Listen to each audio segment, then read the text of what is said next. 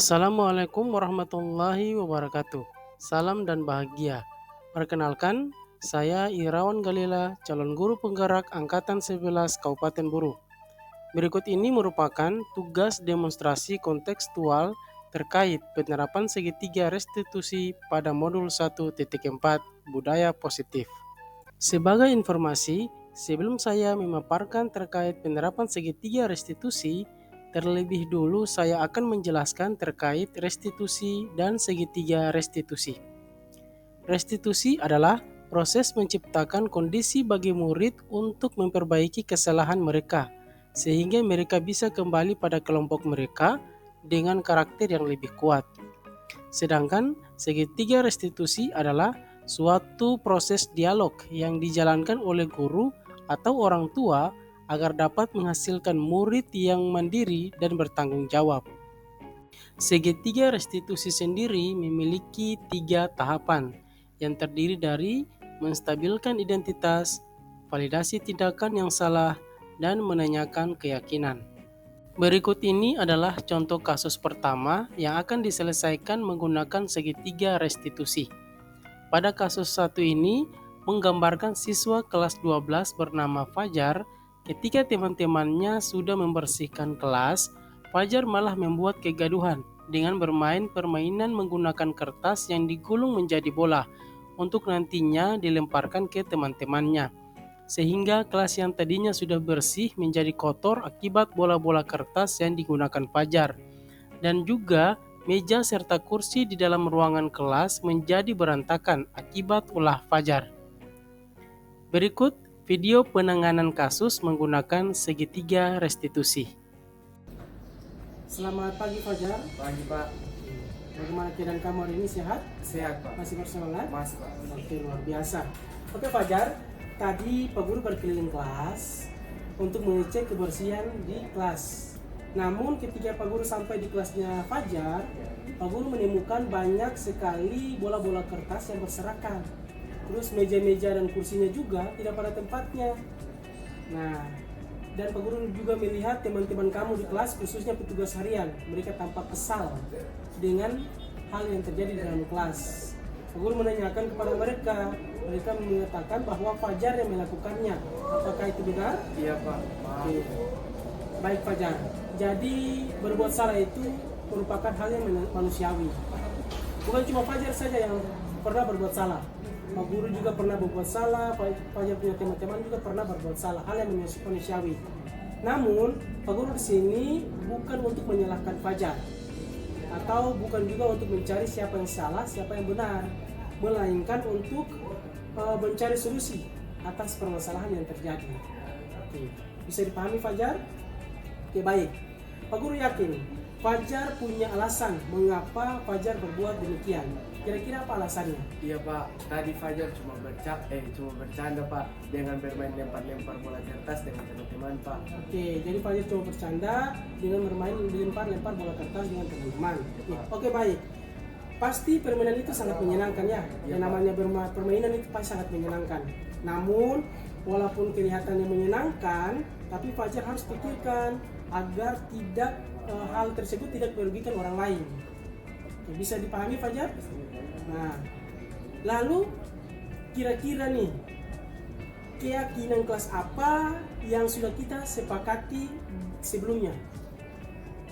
Tepat waktu dan disiplin, menjaga kebersihan dan kerapihan kelas, jujur dan bertanggung jawab, hargai dan hormati semua orang. Oke, jadi itu keyakinan kelas yang sudah kita buat sebelumnya ya kan? Nah, dari keyakinan kelas itu, keyakinan mana yang menurut Fajar belum Fajar penuhi? Yang terkait menjaga kerapihan kelas Pak. Oke, kerapihan dan kebersihan. Kebersihan kelas Pak. Apalagi? Hargai dan hormati semua orang Pak. Hargai dan hormati semua orang. Oke, baik. Lalu kira-kira tindakan Fajar sudah sesuai dengan keyakinan itu atau belum? Belum Pak. Belum sesuai. Oke, baik. Lalu apa yang harus Fajar lakukan agar kelas tetap terlihat bersih dan rapi, serta teman-teman tidak marah serta kecewa dengan sikap atau tindakan Fajar. Saya tidak akan bermain permainan yang membuat kelas berantakan dan membuat kelas menjadi gaduh, Pak. Oke. Saya juga akan meminta maaf kepada teman-teman atas kesalahan saya, Pak. Oke, Terutama kepada petugas harian yang telah membersihkan kelas, Pak. oke. Lalu, apalagi? Dan berusaha untuk mematuhi dan menerapkan keyakinan kelas yang sudah dibuat, Pak. Oke, luar biasa sekali ya Fajar. Ya, Pak. Lalu kapan Fajar akan memulai menerapkan keyakinan kelas itu? Mulai hari ini, Pak. Mulai hari ini. Ya, Pak. Oke, baik. Mulai hari ini Fajar akan memulai menerapkan apa yang sudah Fajar katakan tadi, Ya, Pak. agar dapat memenuhi keyakinan kelas yang sudah kita buat. Luar biasa Fajar. Oke Fajar, terima kasih atas waktunya. Fajar bisa kembali ke kelas. Dan jangan lupa dengan yang sudah Fajar katakan tadi, akan meminta maaf kepada teman-teman khususnya petugas harian, dan akan tidak lagi mengotori kelas. Ya, Pak. Oke, baik. Oke, terima kasih Fajar, bisa kembali ke kelas.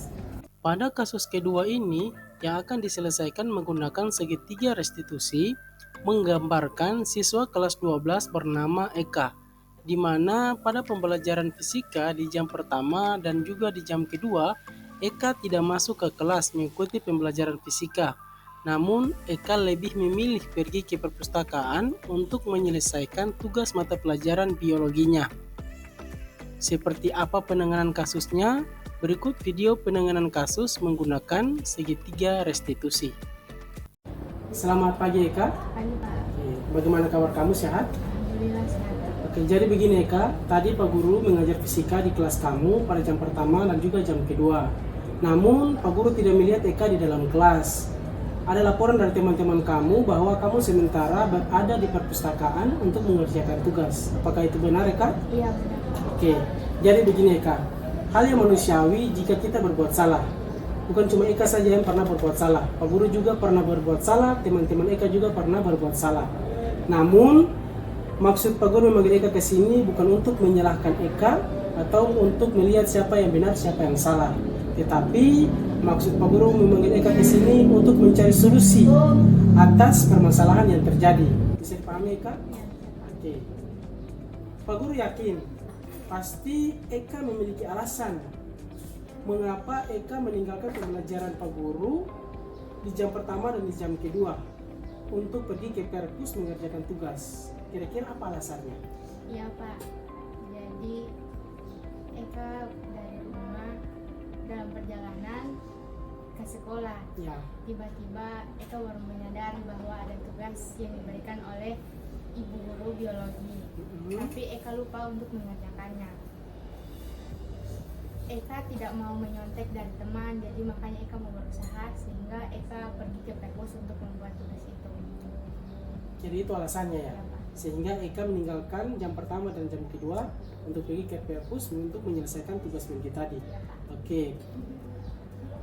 Lalu mengapa Eka baru ingat kalau ada tugas biologi yang harus dikumpulkan hari ini? Iya Pak, soalnya banyak tugas yang harus dikerjakan hari ini Pak. Karena banyak tugas makanya Eka jadi lupa Iya, untuk Pak. mengerjakan tugas biologi. Oke, baik. Memang terkadang kalau banyak tugas yang harus dikerjakan yang sudah kita tumpuk-tumpuk, nanti membuat kita menjadi tidak fokus sehingga lupa mengerjakan mana yang belum dikerjakan.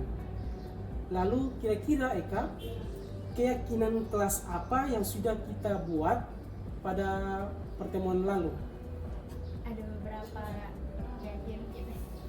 Ada beberapa keyakinan Pak. Yang pertama, datang tepat waktu, Oke. menghargai proses belajar, Oke. menjaga kebersihan dan keterampilan kelas, Oke, kerapian kelas. Oke. kerapian kelas, serta Oke. jujur dan bertanggung jawab. Oke, baik, luar biasa. Nah, dari keyakinan kelas yang sudah Eka sebutkan tadi, yang sudah kita buat bersama-sama, kira-kira keyakinan mana nih yang belum Eka penuhi? Terkait menghargai proses belajar Pak. Oke, terkait menghargai proses belajar. Lalu, kira-kira sikap Eka sudah sesuai atau belum dengan keyakinan kelas itu? Belum Pak. Belum sesuai. Oke, baik. Lalu apa yang harus Eka lakukan agar tetap mengikuti dan menghargai proses pembelajaran di kelas tanpa ada hambatan? Jadi Pak, saya akan lebih fokus untuk belajar dan mengerjakan tugas, menyelesaikan tugas yang diberikan sesegera mungkin dan tidak menumpuk-numpuk tugas tersebut agar dapat mengikuti pembelajaran dengan nyaman tanpa kepikiran dengan tugas-tugas dan berusaha untuk memenuhi atau menerapkan keyakinan kelas yang sudah ditetapkan, Pak. Oke, baik, luar biasa sekali, Kak. Lalu kapan nih Eka mau memenuhi atau menerapkan apa yang barusan Eka katakan? Mulai hari ini, Pak. Oke, mulai hari ini ya, mulai diterapkan. Oke, baik. Terima kasih Eka atas waktunya. Guru berharap keyakinan kelas yang sudah kita sepakati dapat kita sama-sama lakukan. Terus tugas-tugas yang diberikan atau yang diembankan oleh Eka dari Bapak Ibu guru sesegera mungkin dikerjakan ya, agar Eka bisa lebih fokus dalam pembelajaran. Bisa dipahami? Bisa, Pak. Oke, Eka bisa kembali ke kelas. Terima kasih ya Eka atas waktunya. Setelah kita melihat penanganan kasus yang dilakukan oleh guru dan murid, berikut ini adalah tanggapan dari siswa, yaitu Fajar dan Eka terkait perasaan mereka ketika saya libatkan dalam diskusi penerapan segitiga restitusi. Assalamualaikum warahmatullahi wabarakatuh. Perkenalkan, nama saya Fajar Alferes Toilaku. Saya sangat senang sekali karena dapat diajak oleh Pak Guru untuk berdiskusi terkait segitiga restitusi, yang mana melalui segitiga restitusi saya dapat menemukan sendiri solusi dari permasalahan yang terjadi. Terima kasih. Wassalamualaikum warahmatullahi wabarakatuh. Assalamualaikum warahmatullahi wabarakatuh. Perkenalkan, nama saya Eka Rahmasari. Saya sangat senang sekali karena diajak oleh Pak Guru untuk berdiskusi terkait segitiga restitusi, yang mana melalui segitiga restitusi saya dapat menemukan sendiri solusi dari permasalahan yang terjadi. Terima kasih. Wassalamualaikum warahmatullahi wabarakatuh. Demikianlah pemaparan demonstrasi kontekstual terkait penerapan segitiga restitusi pada modul 1.4 mengenai budaya positif. Terima kasih. Wassalamualaikum warahmatullahi wabarakatuh. Salam dan bahagia.